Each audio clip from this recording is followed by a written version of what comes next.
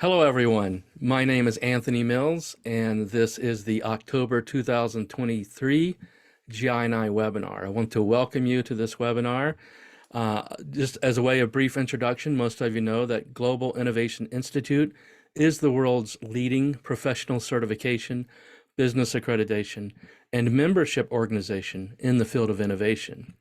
And we work tirelessly all the time to really help the innovation community and the business community understand innovation more broadly and more deeply, and all the many different facets of innovation. You know, some deal with strategy, some deal with creativity, some deal with leadership, some deal with people and human resources and organizations, and some deal with other facets. So we try to take on different facets of this whole large knowledge space and spend time doing webinars and other events to really help develop out this body of knowledge and build the knowledge base in our community. So I wanted to thank you for joining us today for this webinar. What I'd like to do next is to introduce our guest for today. And after I introduce him, I will be turning it over to him to present to us. So our guest today is Mr. Kenneth Mikkelsen. Kenneth is the founder of Future Shifts, a boutique advisory firm specializing in leadership development. As a coach, writer, speaker, and thinker, Kenneth has a very multidisciplinarian approach to work, drawing on specialized knowledge in leadership, psychology, sociology, neuroscience, history, philosophy, pedagogy, future studies, and communication. Kenneth has operated as an executive coach and lead designer of global leadership development programs for such companies as Carlsberg, Salesforce, Maersk, and Kuwait Petroleum Corporation. He is widely published on the issues of leadership and the shifting nature of business in the 21st century. He speaks about these issues at conferences and facilitates workshops on them all over the world. Working in partnerships is a key part of Kenneth's DNA. Besides having founded Future Shifts, Kenneth is also an associate of the Drucker Society in Vienna and previously of the Copenhagen Institute for Future Studies, both being highly esteemed honors. Kenneth is also a resident and chamber host at the House of Beautiful Business and a member of the European Bildung Network, Bildung being the German word for education. Kenneth is educated as an investigative journalist from the Danish School of Media and Journalism with highest honors and with a distinction for the best foreign policy coverage. He has traveled extensively around the world and previously lived in Mumbai and Paris before settling down in Copenhagen, Denmark, where he resides today. Together with Richard Martin, Kenneth co-authored the book, The Neo-Generalist, Where You Go is Who You Are, which explores the value of multidisciplinary thinking, of living in more than one world. When it was first published, Inc. magazine named the book as one of 3 books on creativity, innovation, and leadership that needed to be read. Kenneth is currently working on a new book that combines a biography of the Danish philosopher Ole Fogh Kirkeby with an exploration of the most important existential themes in our lives as human beings. Today, Kenneth is going to be talking to us about the Neo-Generalist, what a Neo-Generalist is, and why they are so important to organizations striving to innovate.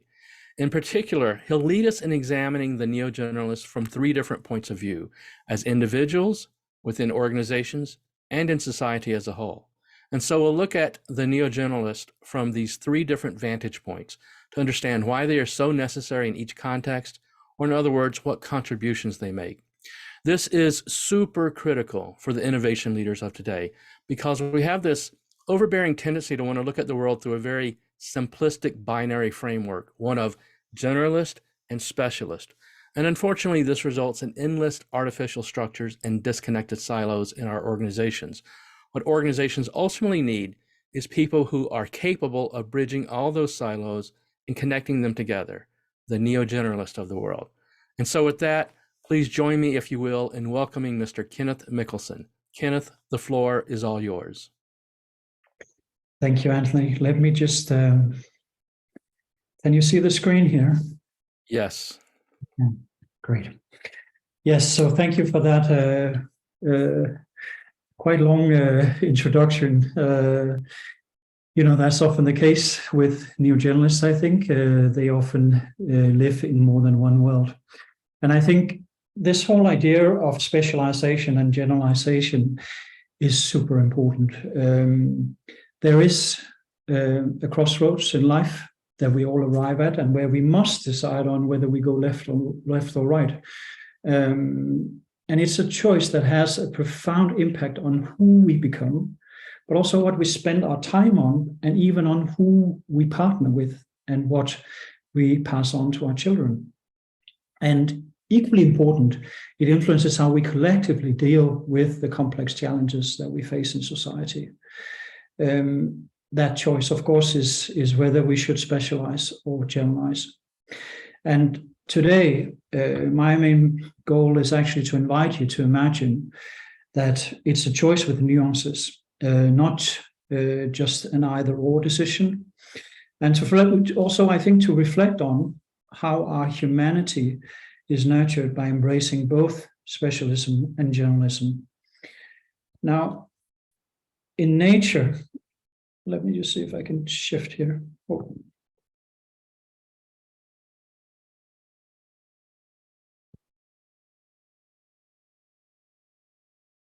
Hang on for a second.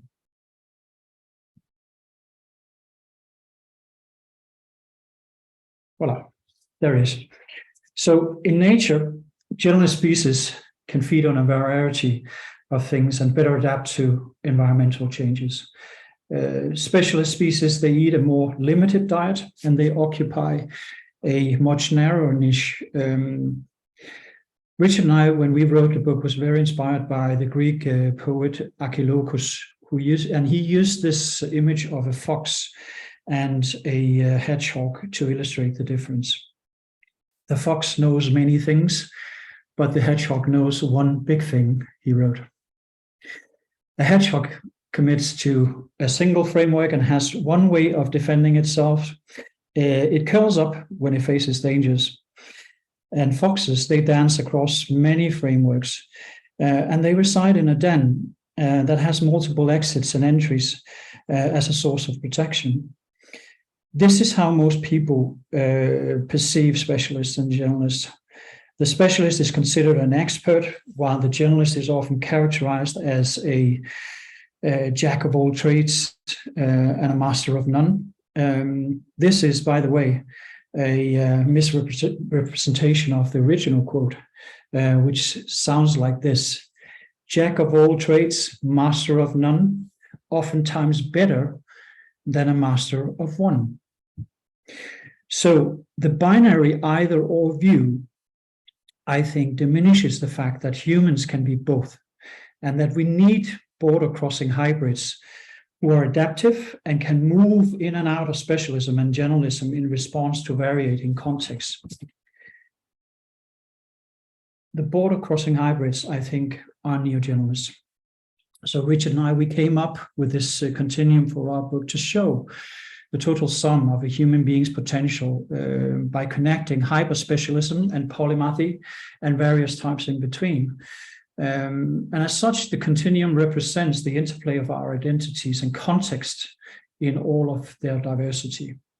Specialism and generalism associated with the hedgehog and the fox lie on each end of the continuum, and neo-generalists are in constant movement across this loop. They are specialists and generalists with the ability to go both deep and wide in many areas. Where they choose to apply themselves at any given time depends on the context and the preferences, of course. But often they mix and combine things, and that's what makes them highly valuable and needed. The subtitle, as Anthony mentioned, of our book is "Where You Go is Who You Are." So that subtitle, of course, indicates that there is an intimate relationship between our identity and the context we find ourselves in, not just professionally, but in all aspects of life. And as such, each one of us is a unique mashup of shoring fragments, which was a term that T.S. Eliot used. Our identity is an assembly of nature and nurture, but it's also an assembly of time and space. And we are influenced by the things that we read, the experiences we have, the conversations we take part in, and the people we meet and the places we visit. And in my opinion, I think it's therefore only natural to refuse that our lives are narrowed and prescribed by simplistic labels, that you're either this or that. And identity and context, of course, relate to both who we are, but also what we meet in life. And it's through deep and wide exploration that we discover our full potential as human beings. And this is actually very fundamental to being a neo-generalist and to understanding also, I think, what motivates them. Because they insist on getting the most out of life while they are alive. They make the road by walking it, and they continuously ask themselves, who am I? But also, where am I? And one of my favorite writers, Shakespeare, he once famously wrote that one man in his time plays many parts. And I think this is a telling characteristic of neo-generalists. They fulfill many roles, and they share certain features in varying degrees. Now, for our book, we interviewed nearly 50 people, and I can tell you that they are in every aspect of life professionally, from the US military to great thinkers, to corporate leaders, to artists, musicians, everywhere in society. What they do share is an overall, that overall they are actually all of them very curious. They are responsive to whatever happens, and they are also connective. They connect with other people. And they embrace this state of almost a state of constant becoming, that you're never really done in life. You can always evolve, and you can always, we will always meet things in life that will push us towards new learnings. And by wandering this rugged path of not just a linear path, they have learned how to learn. And they search for an identity, of course, beyond the confinements of labels. And that makes them very natural shapeshifters. They master the art of shining lights in unfamiliar places as natural big picture thinkers and wise seekers. And it's by drilling deep and exploring wide that they are a source of oxygen for insiders, and valuable, I would say, also connectors to people and ideas and industries and sectors. Natural curiosity leads them to change their perspective often and expand their view when it's required. They recognize patterns, and they leverage the benefits of the network, turning to those who have the knowledge that they often lack. And it's through their actions that they demonstrate that innovation happens at the edges of what is already known. They pull interest and support rather than pushing orders. They lead and they follow naturally. And thereby they shape the world through which they move and influence others to do the same. I think constantly, another point is also that they examine and critique how they think, behave, and act, because they find themselves in new domains quite often. And they also have this idealistic side to them. So as stewards of this sort of, you could say, idealism, they represent, or they respect, I would say, the past. They act in the present, and they serve the future. So the footprints they leave behind benefit those that follow. And I think that's the characteristics that shape, all in essence, their legacy. I have put these on these slides. I have made them almost like aha visualization, so you can take bits and pieces out of it yourself. I am not going to be speaking or saying whatever is necessarily on the slide, so it's an additional add-on to what I'm saying here. Now, today, I think we live in a world built for specialists, because in many ways, specialization governs our educational choices. It governs our career trajectories, and the labels we attach to ourselves and others. It dictates who we interact with, how we collaborate, and why organizations run the way they do. The Industrial Revolution pushed us, of course, in this direction, with its focus on standardization and breaking tasks into smaller pieces. And this conveyor belt logic and questionable, I would say, scientific management principles praise efficiency and predictability. And in many ways, we live in an old house built to shelter us in a world there is no more. Deep specialization comes with a cost. When specialization becomes too entrenched in silos, organizations risk losing their vitality, and flexibility and fluidity evaporate when capabilities are compartmentalized in organizations. And yes, silos, they do exist in organizations, but they also live in our minds. So silos can limit how far we travel in life and our connectivity to the unfamiliar. They determine, silos I mean, where we feel a sense of belonging and what language we speak. Silos are, in that way, containers that keep some perspectives in and others out. And of course, we need specialists, but we also need neo-generalists to engage in the negotiation of meaning between silos. Otherwise, we will be less successful in responding to the threats and opportunities of our times. Now, when we interviewed these nearly 50 people for our book, one of the topics that often came up was that the neo-generalists are often viewed as outsiders because they defy easy classification.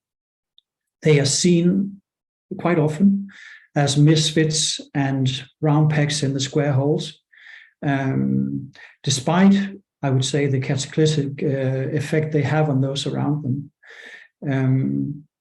It can be really difficult to achieve a sense of belonging, understanding, and I would even say appreciation as a multidisciplinarian when our education system and workplace environments are geared towards deep specialization. Just think of the way traditional CVs are constructed and how people are recruited through personality tests, for example, or how are we assess jobs and measure performance. Neither of these things capture the full spectrum of any human being. And as a result, neo-generalists are often overlooked, they're undervalued, and they're misunderstood in organizations that impose this sense of order through linearity and narrow boxes. I think another aspect here is also that most neo-generalists see this as their biggest challenge. In the book, we use the image of the mythological animal, the chimera, to illustrate this. The chimera has a goat's head, a lion's body, and a serpent's tail. Now, neo-generalists, since they are these multidisciplinarians, they have that whole body, but they can rarely show their full nature, and they must sometimes also accept to only reveal the parts others aren't frightened by, and that they can relate to, for instance, in job interviews, to get their foot in the door, and then they'll be able to show the full chimera. For some, this becomes such a burden to constantly having to live with not being your full self, or being able to draw on all the things that you have learned, or all the things that you're capable of doing, that it drives them to create their own businesses where there are less restrictions. And I think this is a major loss for large corporations in particular. Now, what about the world that we live in right now? Why is it that we need neo-generalists? Why is it important for us to think about specialism and generalism, also in terms of what is going on right now in the world?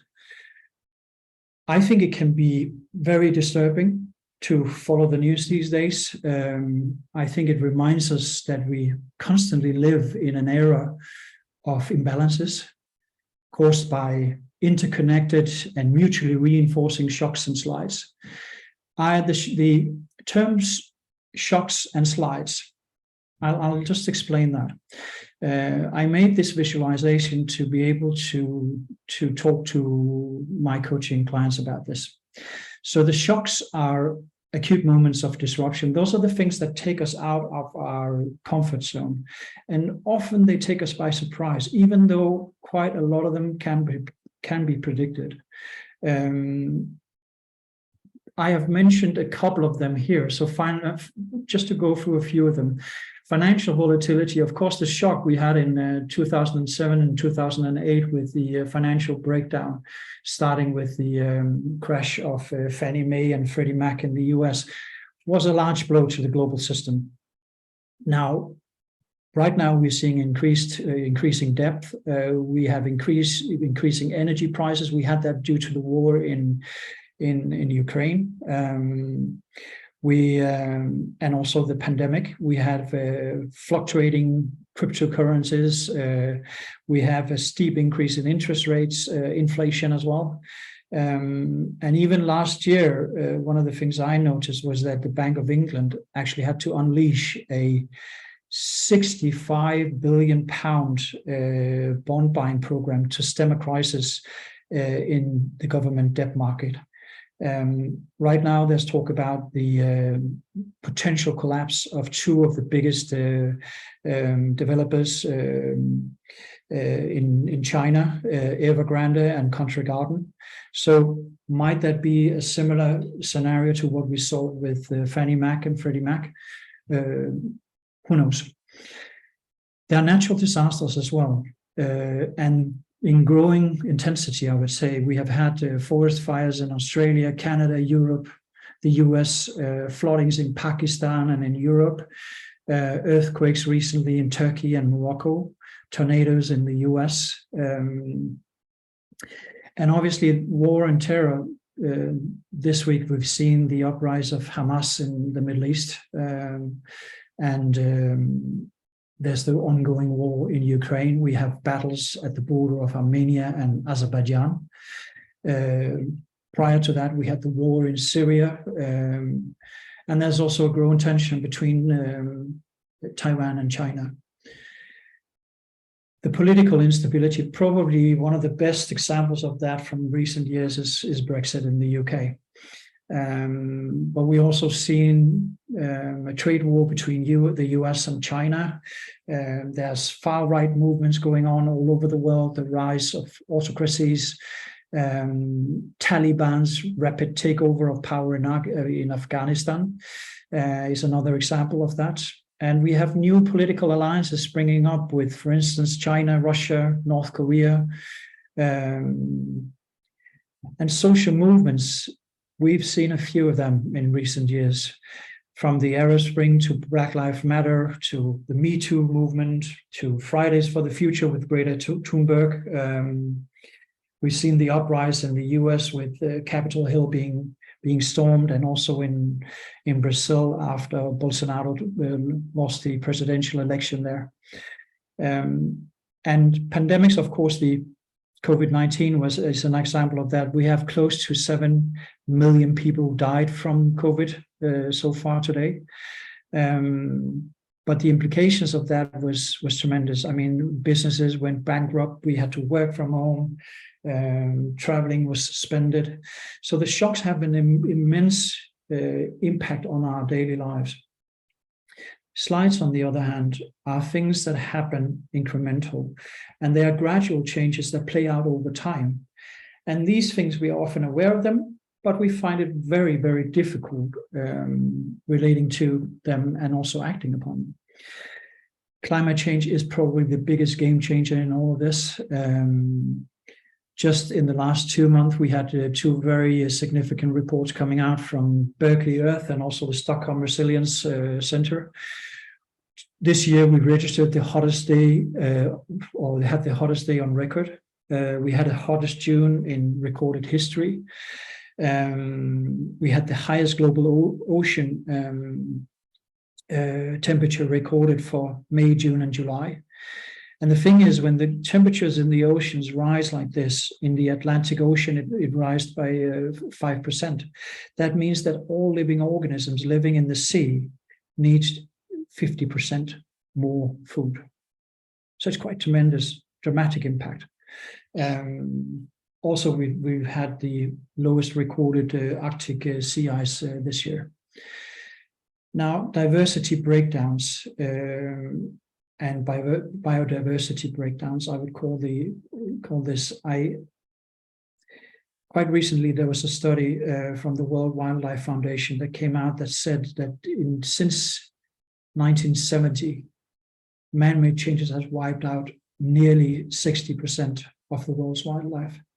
The technological developments have been significant in recent years with automation, the rise of surveillance capitalism, the AI race, you could say, between all nations, but in particular between China and the US, Russia's involvement in democratic elections, Facebook and X involvement in hate crime and fake news, and new language models springing up as of last year for the public.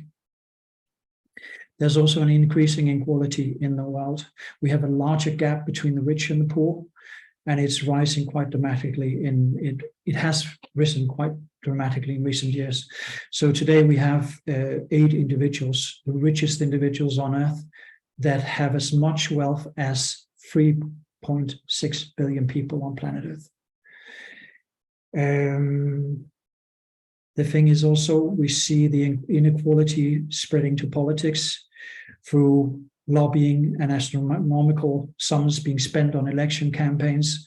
And globalization, of course, probably it's sort of backfired a bit with the pandemic, but also with the war in Ukraine, I would say. So we have seen nation states drawing back the production lines to their own countries in order to be less fragile if something happens all over the world. And of course, during the pandemic, a lot of industries were completely shut down during that event. With the demographics, it's another slide, and United Nations predict that we will be 9.7 billion people on planet Earth in 2050, and that more than a third of the world's children at that time, below the age of 18, will be living in Africa.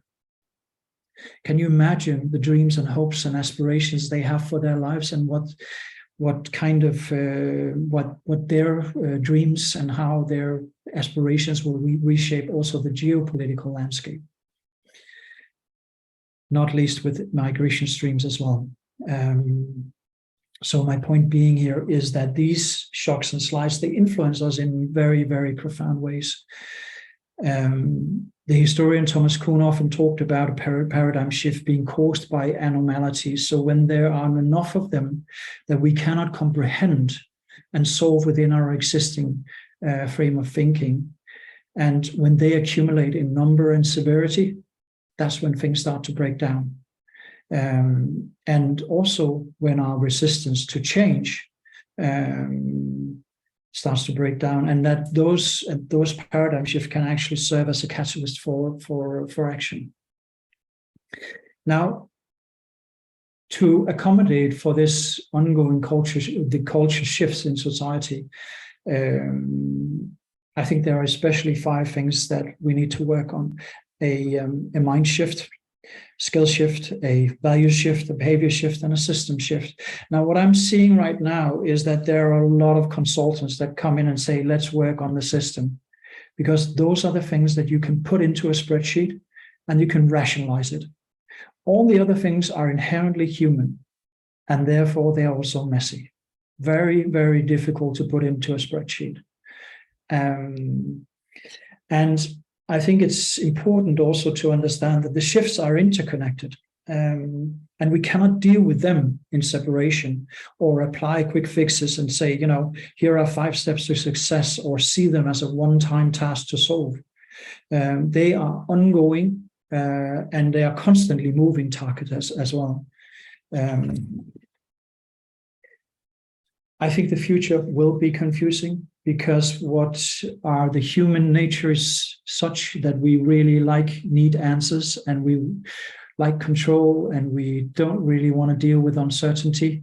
So how will we deal with when there's no universal truth, when there are no easy recipes that will suffice, or when we can't apply linear strategies that we could have potentially in the past? So I think that's the cause of a lot of anxiety at the moment. People are often, the people I work with, they are confused, they are scared, they are stressed, anxious. So there's a lot of stuff going on at the moment. The example I often draw out is United Nations Sustainable Development Goals, because I think what they show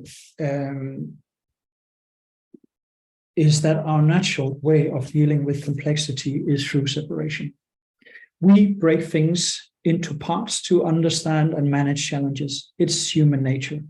But these wicked problems that I've just described to you with the shocks and slides, they are too complex to be analyzed within a single framework and addressed by individual specialist domains alone. Wicked problems, they are socially and culturally complex challenges. They have many interdependencies and no clear definition or solution. And our attempts to address them often leads to, I would say, unpredictable outcomes and defies typical problem-solving techniques.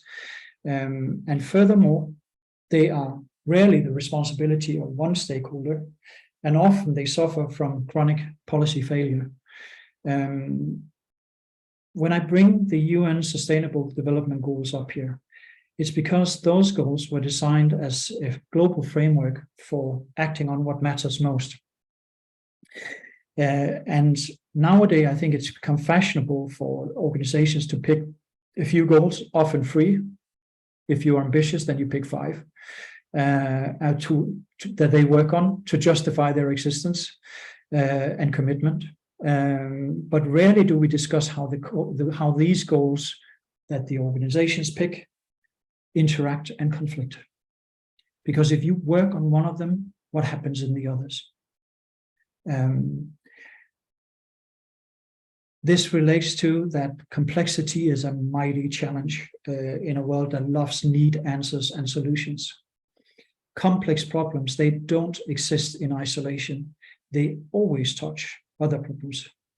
And I think one key learning here is also that all living systems make up more than the sum of its parts. And I've said this for many years, but the price we risk paying for separating these things and relying on simplified quick fixes is systemic failure. And we are seeing that at the moment. To address wicked problems like climate change, for instance, a transdisciplinary approach is needed where disciplines are combined and where they work together. And we cannot resolve the shocks and slides of our time without it. When we wrote our book, we used an Indian fable, or a fable. It's a famous fable from the Indian subcontinent about 6 blind men and an elephant, and I think it illustrates this point quite well.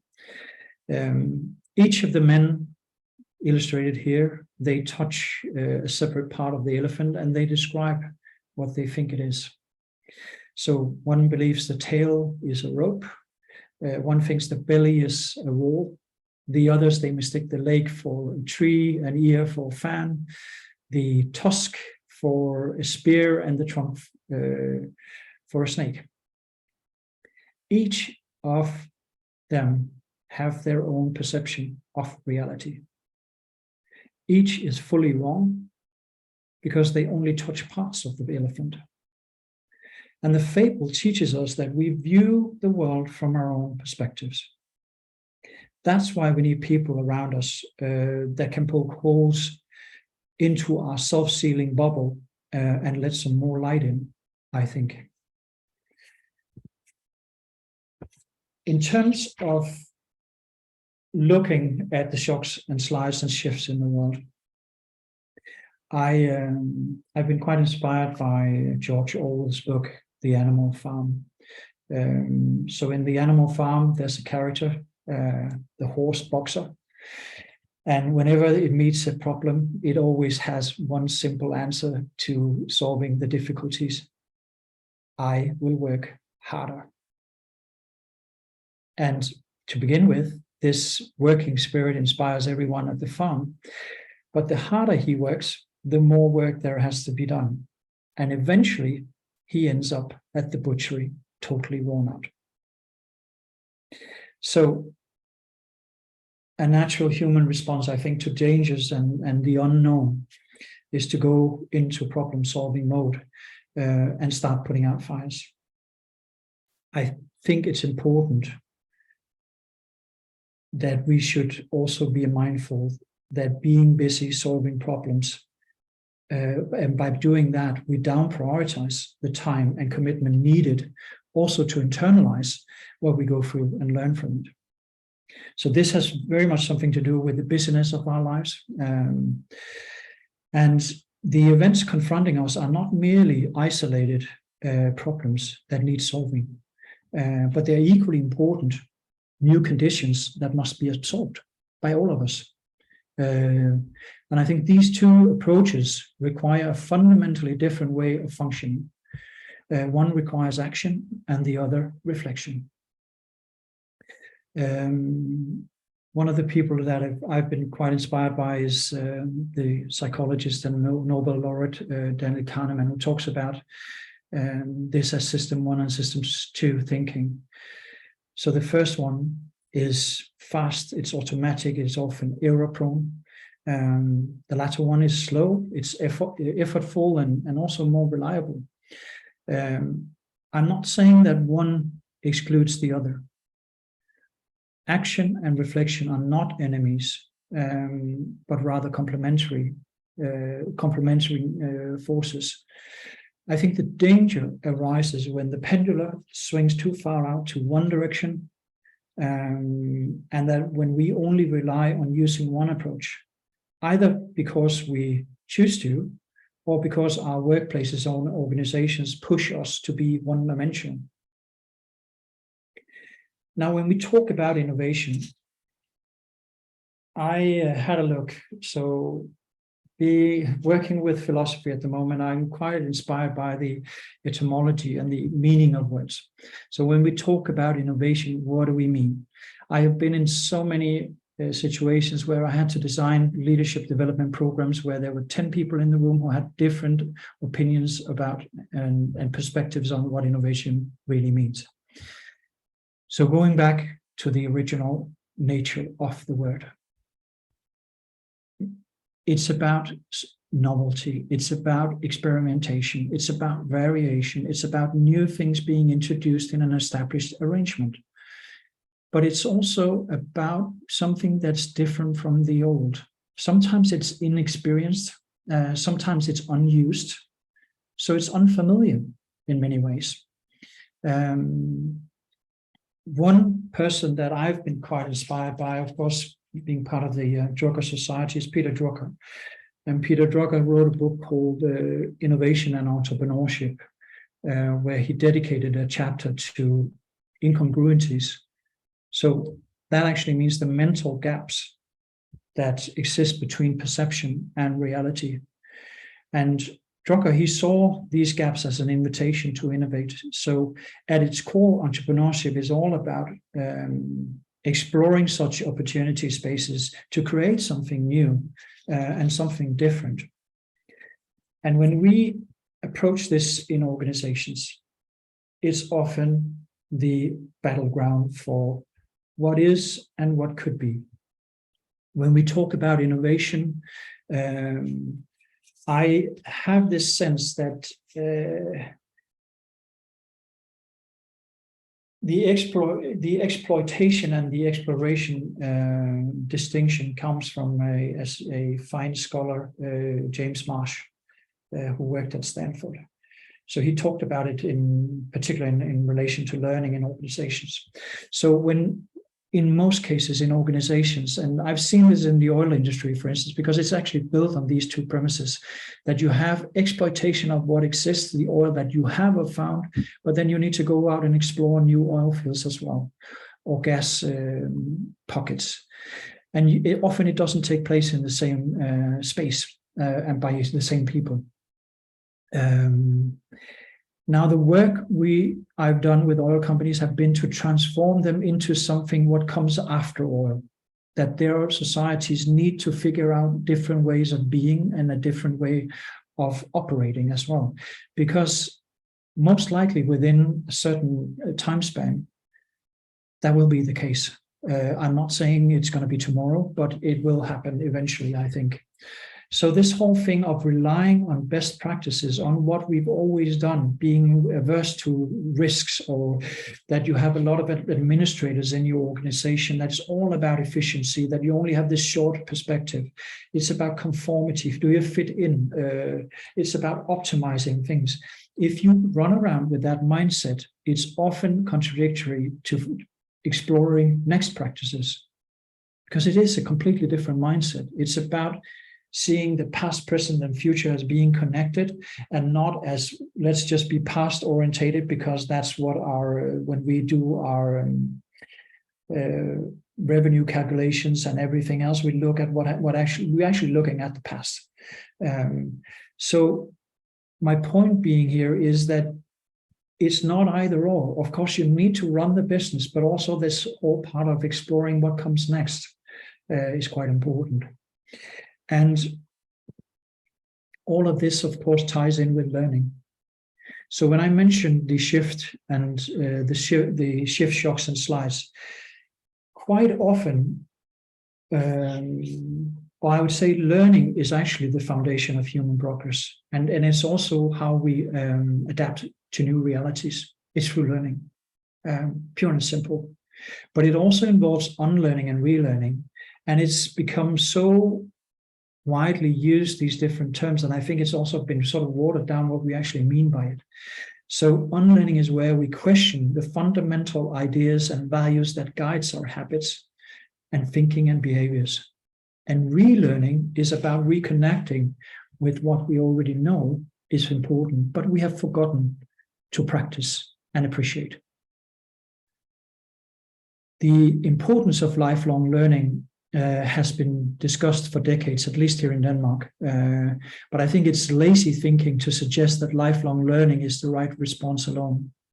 It's almost like, that's the trick. I think we also need life-wide learning and life-deep learning to develop a more mature character.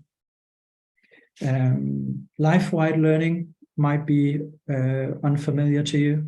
So it covers the things that, like learning a craft from an elder family member, community work, engaging in sports activities, or being a scout, for instance. We learn from those activities. We learn and we bring some of it with us throughout life. And we cannot separate that from our professional lives. Life deep learning is a deeper investigation of our inner fabrics in terms of values, perceptions, biases, and meaning.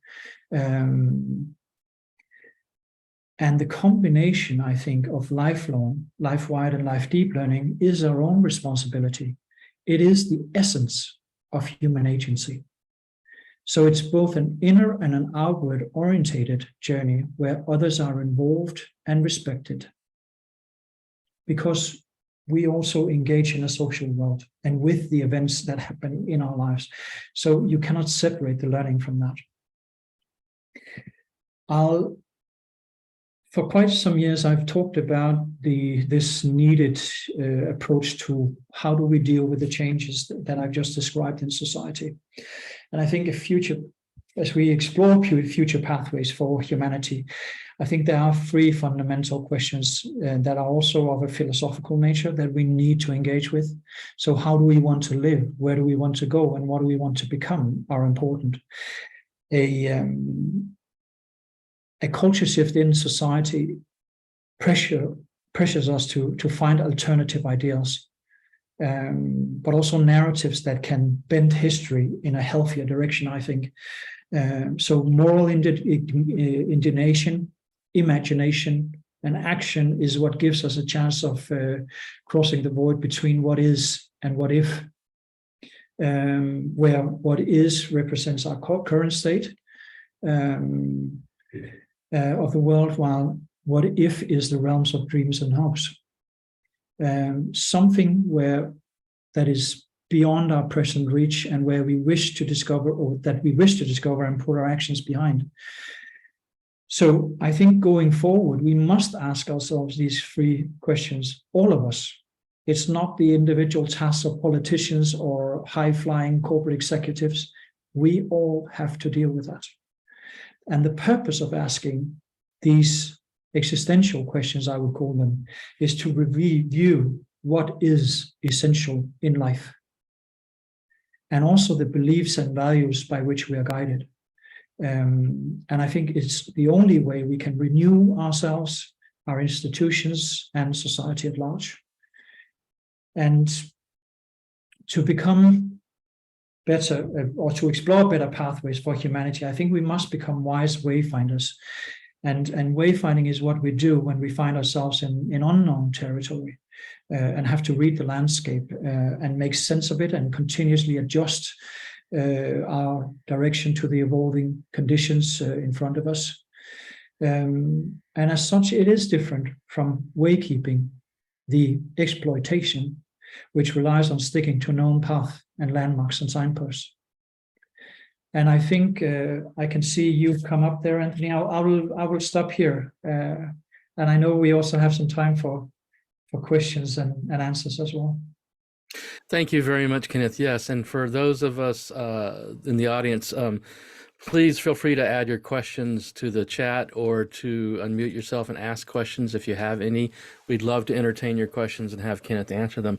I just want to kick that off, though, just by saying, it used to be, I've worked for years and years and years in the innovation space, and for many years we talked about the T-shaped person, and it used to be, I thought, the T-shaped person was the ultimate form of innovator, but I never felt quite completely satisfied with that description, because I think just because you're deep in certain disciplines and broad in others, I don't think that really captures the full essence, and it didn't feel like that did justice to like how I felt the role I played in innovation. So I was very excited when your book came along, Kenneth, and I read the book, and I'm like, yes, this is like T-shaped person taken to a whole new level. Like a much better, more exhaustive, broader explanation of what these type of people are, who bridge so many disciplines and see the big picture. And they're like me, really don't like titles, because titles and labels tend to confine you to certain, preconceived notions and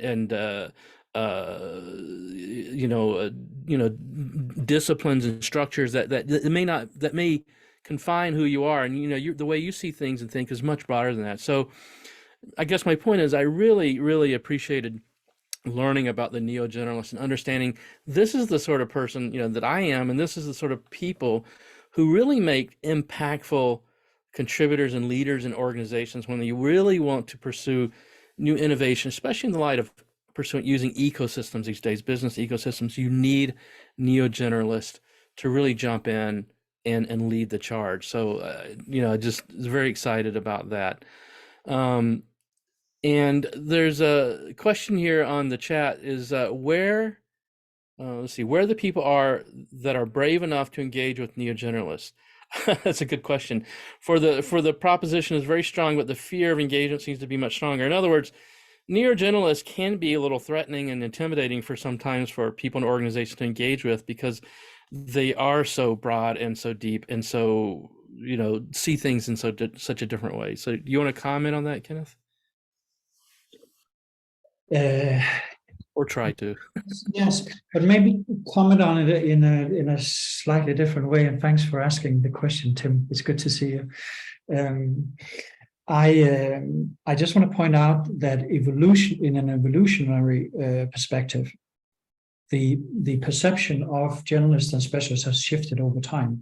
So back in ancient Greece, it was actually seen as being advantageous to be a generalist, because in that way you could oversee what was going on in society, whereas a specialist would be confined to only understanding a smaller piece of the world. And with the industrialization throughout, especially in Europe, and also the Enlightenment, it became more and more the trend that we as human beings should specialize.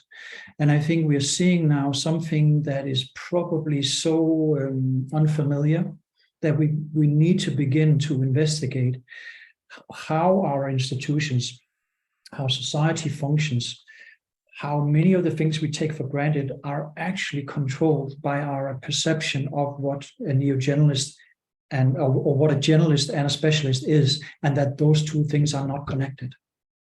So it is of high importance, I think, to understand that and to balance that binary perception. Yeah, and I think a part of it too is as the more that business leaders can be aware of what a neo-generalist is and the role they play in organizations, the more they will value neo-generalist and embrace them and accept them into the business organization. It's just a really awareness and understanding of who they are and the role they play. And once you understand that, then they become able to leverage them effectively. Another question we have in the group here is, would you consider it possible that all humans have the potential to be neo-generalist, but not being one as a choice to follow the script of life without ever examining it? Yes, I strongly believe that. I don't just believe it; I know it. I mean, we can all be that, but I think there are, in various cultures, there are norms that push us in certain directions. I have worked quite a lot in India and also in the Middle East. And, in India, it's often considered to be advantageous to become an engineer, a doctor, a scientist. And those are all specializations. But there's a younger generation right now who actually start to question that, because they want to live full, rich lives where they're not confined in boxes. So what their parents thought would be advantageous for them to do, namely specialize and get a job and just stay there the rest of your life, is not what the kind of world that the younger people live in. And coming back to the question, this idea of being a living and examined life, Socrates even said that you need to live an examined life. You only have one chance. If you're not a believer in reincarnation or whatever it might be, so make the most out of it. You can also do that as a specialist, of course. So I'm not putting this in those binary terms, but maybe throughout your life you do a PhD in, like Richard did, my co-author, in film noir. It doesn't get more nerdy than that. That's why there's so many film references in the book. But then he moved out of that. He worked in that space for a certain period of time, and that gave him a lot of resources to be used elsewhere. Then he moved into different spaces. And it is really back to what you mentioned in the beginning, the old German concept of Bildung, namely being a fully formatted human being. We're not able to translate that into English. The word only exists in German-speaking language and in the Nordics. So in Denmark, Sweden, Norway. And since we have a word for it, we understand it. I see. In my experience is there are people who are inclined to be neo-generalists, but it takes a lot of courage to step out and actually express oneself as a neo-generalist, because there is such pressure in society and in organizations to conform to specialist roles and so forth. So it does take a lot of courage. Walid here had a question he'd like to ask. So go ahead, Walid. Yeah, hi, thanks, Ken, for this very insightful presentation. Actually, you gave me an answer to something that I've been looking for, sort of like to put it in words, but your answer, or your term of deep learning, really captures a great deal beyond what the usual is, which is education as we know it. And I think it also opens the door for, or it would play a larger role in the future, in the AI future, where machines are going to do all the mundane work, but then the meaningful work, someone has to do it. So I think this falls very nicely, but I do have a lot of questions and problems with the concept, though. Namely, how can you quantify it? How can you identify people who have strength in this area? How can you strengthen yourself in this area? What cannot be measured cannot be managed? How can you measure this? How can you turn this concept into data, evidence-based data, so that it's not just what I think or what you think or what he claims or what she claims. In the end, there has to be strong proof or substantiation to, let's say, we want to go to the education system and try to introduce this. How would we go about this? So it's very fuzzy. Okay, thank you. Great question, and thanks for sharing also your thoughts on AI, for instance. There's not an easy answer to your question, I think. Maybe I'll take a sort of a detour to get to the point, because the most important things in life, will you be able to quantify that? Will you be able to put that into data? Love, friendship, all the things that matter most in a person's life, you won't. So when you have a multidisciplinarian who can do more than one thing, I don't think you can measure their impact. Often they, we could see that from the 50 people we've interviewed, but also the hundreds and thousands of people I've talked to afterwards. They are the connectors in organizations. They are the people who draw knowledge from one area and infuse it into other domains. They are the ones who come up with great ideas. They're the ones who introduce people to other people that they think they should know, and thereby they are able to solve their problems. How do you quantify that? How do you measure that? Well, if you want to do that, one of the things you can use is organizational network analysis. Because there you can see who are the connectors and the most important people in organizations. Who are the ones that people go to for answers or to ask questions because they are in the know or because they span different silos or specialist domains in an organization. And people often have an intuitive feeling of who those people are, because those are the people that are often quite interesting to have conversations with, because they are not... they're the ones who are the great storytellers often. They're the ones who bring knowledge from one area to the other. So I think your point about quantifying it, measuring it, educating people to be more fully rounded people, I would start with the pedagogy, the way we educate people. I think we need to really work on that, so that we, for instance, work on not just knowledge itself, but also make use of, let's say, apprenticeships. Highly important. We need to look at things that and that's my point by relearning. There are things that we have done in the past that really work well, and apprenticeship is one of them. It's sort of in many Western countries, and also I've seen in the Middle East, it's sort of become almost non-desirable to do that, because it's considered as that you admit that you don't really know, but it's often a very great way of learning. So when I've worked with this, I have started from the ground up. I have started with the pedagogy. How do we educate people? Why is it important that filters our pedagogical philosophy, filters into the exercises, everything we do when we educate young people? So I would start there, go to the fundamental ground, because that's where it starts. And then you have the same problems as in organizations, because the educational system is probably the most rigid one in the world. They really don't like to be challenged, because it always worked like this. We have a steady job. Why should we change?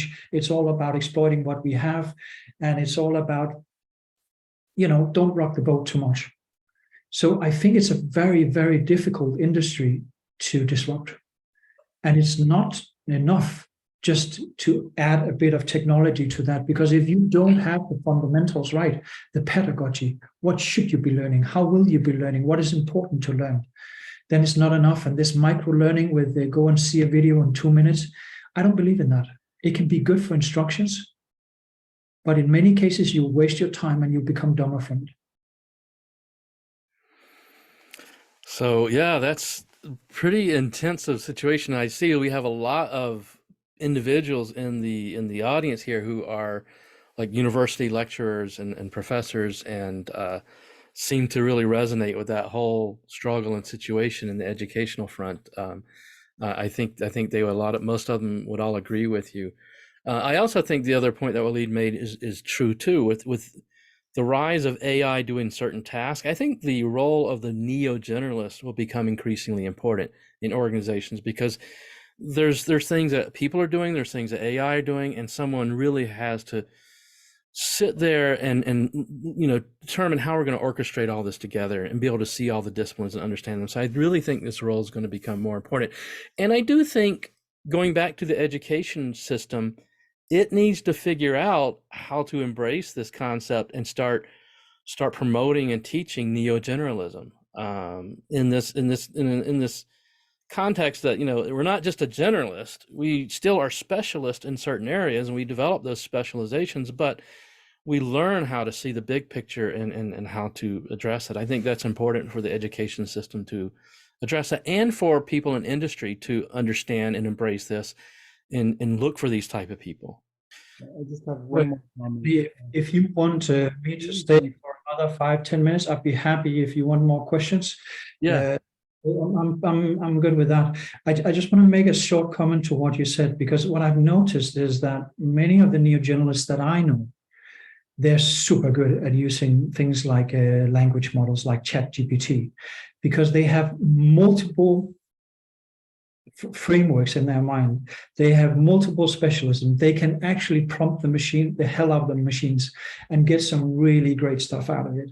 But they also have the critical sense of evaluating whether this actually is nonsense or not.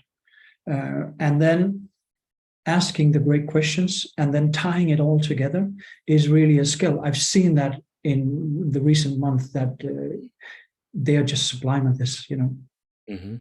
And Walid had another question, but Walid, before I put you on, I just want to make the comment that the question was asked, how do you, I think Walid was asking this question, how do you sort of sort and filter and find these sort of people? I don't know that you can quantify it, like you were saying, Kenneth. I don't know that you can quantify it, but there are clues I think you can use to look for these type of people. If I'm interviewing someone and talking to them, and I like to ask them to tell me about their experiences, and I can't ask them what their political affiliations are, right? That's off limits. But what I'm looking for is people who issue titles and labels. And if I can discover people who I don't like to be boxed into this area or that area, I like to be able to have a multidisciplinary perspective.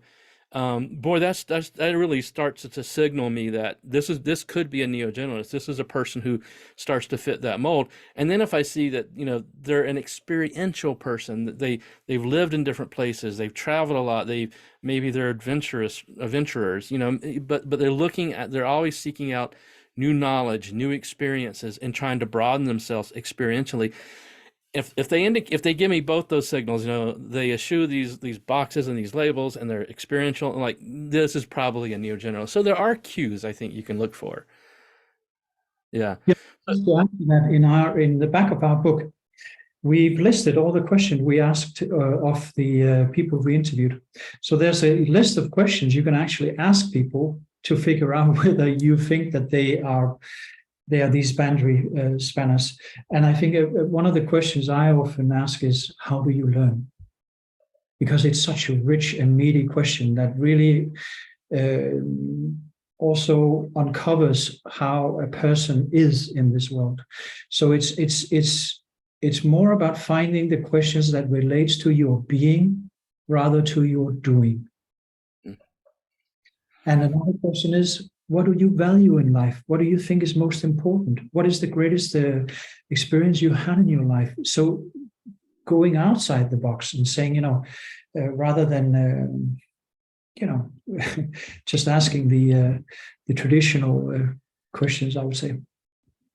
Walid, did you have another question? Yeah, I just have one comment. Maybe possibly if some kind of proposal is submitted, like maybe to the government to get some university grants for research about the topic, I really think this would probably be the best inlet into the educational system, because it's coming from the top and it's coming with a lot of, and there are a lot of students seeking PhDs, so there's their chance. Yeah, thank you for sharing that idea, Walid. I think you're right.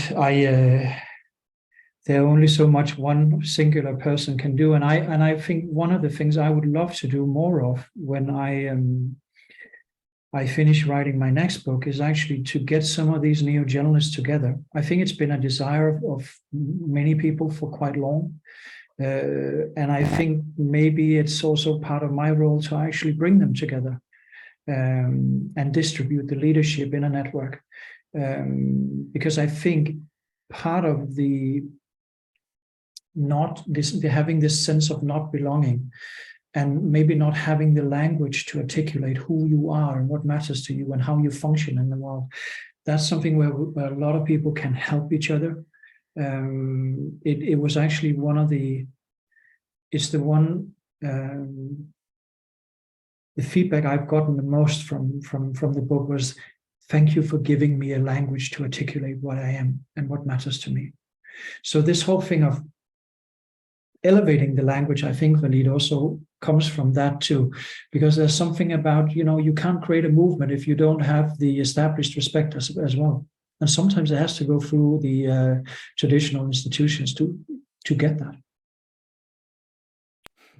Yeah, I could foresee the Neo-Generalist Society or something to that effect, and I agree. I mean, I think your work has given people a language to really wrap this concept around, because, like I said before, the T-shaped person didn't get it. It didn't really quite get there, but the Neo-Generalist does. It gives me a conceptual language and construct, like, yes, I get this. This is who I am, and it is frustrating for neo-generalists in business organizations to, try to navigate the artificial constructs, because most business leaders, they don't get this. They don't understand. They're not neo-generalists, right? They typically are specialists who have gone into some generalization, but they're not true neo-generalists. So they don't often get this. So yeah, it's incredibly frustrating. And this is why a lot of people leave industry and go do other things, become entrepreneurs or whatever. Some of these people make for great entrepreneurs too, by the way. So Kenneth, yeah, we are wrapping it up, getting to the end. So I'll just give you an opportunity to make any final closing comments or thoughts, and we'll try to wrap it up. And if people also tell us if they want to get in touch with you afterwards, how they should get in touch with you. Thank you so much, and thank you for allowing me to have this opportunity to talk about a topic that I'm very passionate about. Sometimes when you become very passionate about something, it's because you have a lived experience of that yourself. And naturally, my interest in this field started with that feeling of not really being fully understood. But at the same time, as I've investigated more and explored more with Richard, how a human life is lived, I've also become more convinced that we need to have a broader discussion or conversation about this.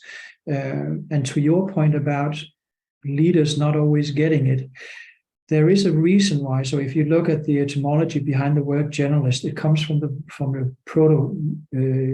European, Indo-European word means gene, G-E-N-E, but it's also a word that forms the word general. So a general is often a generalist because he's been exposed to multiple areas. That's how he's able to lead. So in our book, we have a whole chapter on leadership.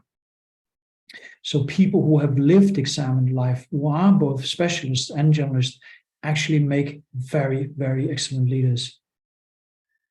That's just a point I want to make as well. And if you have that approach to life, you will also be more inclined to not look at the dichotomy between exploration and exploration as being something that's either or, but both and. So you will know how to support the people who are the explorers, but you will also give room to the administrators who like to do the exploitation and make sure that things work. But you will not favorize any of them. You will make them work together. And I think that's an important thing. So real quick, I think, Tim, did you have a comment you wanted to add? Yeah, on the point that Kenneth just made, and then likewise, Kenneth, good seeing you. It's been a while. The infinity symbol that he laid out in the book is a very good framework for that integration between exploration and exploitation, because there's a lot of discussion about ambidexterity, both-handedness and the handoff points, but it doesn't work that way because always people either delegate or blame the other side for something not working. And it needs a mechanism of continuous integration between those two. And then there is a guy by the name of Holling, who in the context of Panicky established a model called the adaptive cycle or the adaptive loop theory, which offers a very interesting framework to build that integration that based on the state of the organization or the states, because it's a quantum state, not a binary thing. It gives you guidance as to what type of tool, mechanism, or personality is required at what point of time. But the problem is, unless you're a neo-generalist with a little bit of experience, it is very hard to tell and to work with that system. So I think it'd be very advisable to find a person that can take you onto that journey, because if you try it by yourself, it's interesting, but I wouldn't recommend it. Thank you, Tim. Kenneth, you want to make a final comment in relation to that, and then we'll wrap it up. Yes. I think you're right, Tim. A lot of the things that we are challenged by in life are actually, having to deal with polarities. So when we wrote our book, it's almost as if you start thinking about red Ferraris. You see them out over, maybe not, but you start noticing them. And I think it's a powerful metaphor for journalism and specialism. You're right, Tim, because it's about the constant movement in between, and that you can see the loop as your life. So your life throughout different life stages, that's what I talked about when I talked about identities. So throughout different life stages, yes, you might learn something new, and then you move from specialism to generalism. I think that's important to recognize that the loop illustrates a human life.